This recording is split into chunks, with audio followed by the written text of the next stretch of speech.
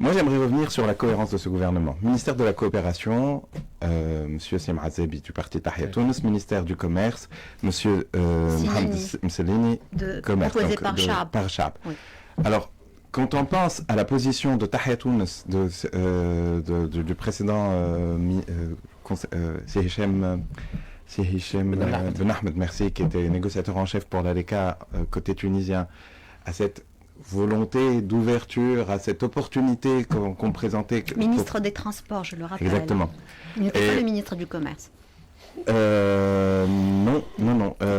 Mais en fait, il jouait le rôle donc de négociateur en chef, d'un côté, et de l'autre, aujourd'hui, on va avoir le mouvement du peuple, Harak Chab, avec ses positions qu'on connaît sur la Banque centrale ou sur les relations commerciales et sur la reprise des négociations.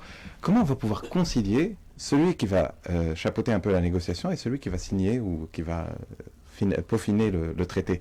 Comment on peut avoir une cohérence entre des gens qui sont totalement qui sont libéraux, et d'autres qui le sont beaucoup moins? C'est une très bonne question. Et je pose à Adnan Ben Youssef. Et elle est très bonne parce que réellement c'est la philosophie de l'IS Farfer. C'est la philosophie de rassembler ces familles politiques. C'est pas très difficile, c'est pas facile.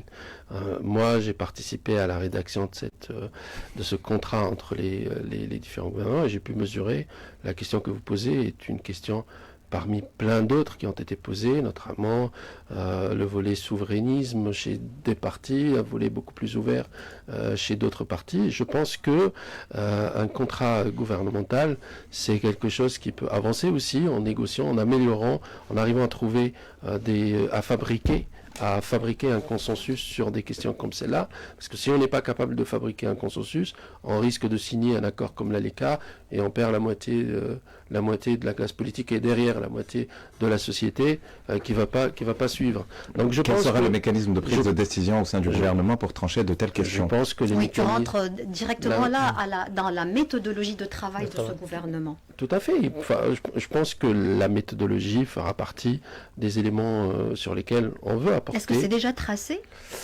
Non, il y a des idées qui sont clairement définies, d'une certaine, en tout cas abordées dans le document, à travers les mécanismes qu'on souhaite mettre en place. Il y aura une place pour la coordination entre les partis. Il y aura probablement des lieux aussi pour traiter des sujets de discorde. Mais c'est ça la fabrication des politiques publiques. La fabrication des politiques publiques, c'est pas décider avoir une vie. On est dans une démocratie. Il se trouve que cette démocratie aujourd'hui elle présente des éléments de dispersion du paysage politique, des familles politiques issues de ces élections. On est dans un parlement qui n'a pas réussi à faire un premier gouvernement issu de la première majorité, et donc d'une certaine manière produire les politiques publiques dans ce qu'offre la Tunisie, et ce que je trouve moi une vraie opportunité, c'est vraiment de développer ces mécanismes de convergence entre des partis, entre des familles politiques autour. On ne sait pas encore comment les décisions seront prises sur des dossiers pointilleux. Par exemple, l'une des promesses électorales, qui est l'indépendance de la Banque centrale. C'est un peu tôt, mais on ne suivra pas le sujet, on l'abordera. En tout cas, dans le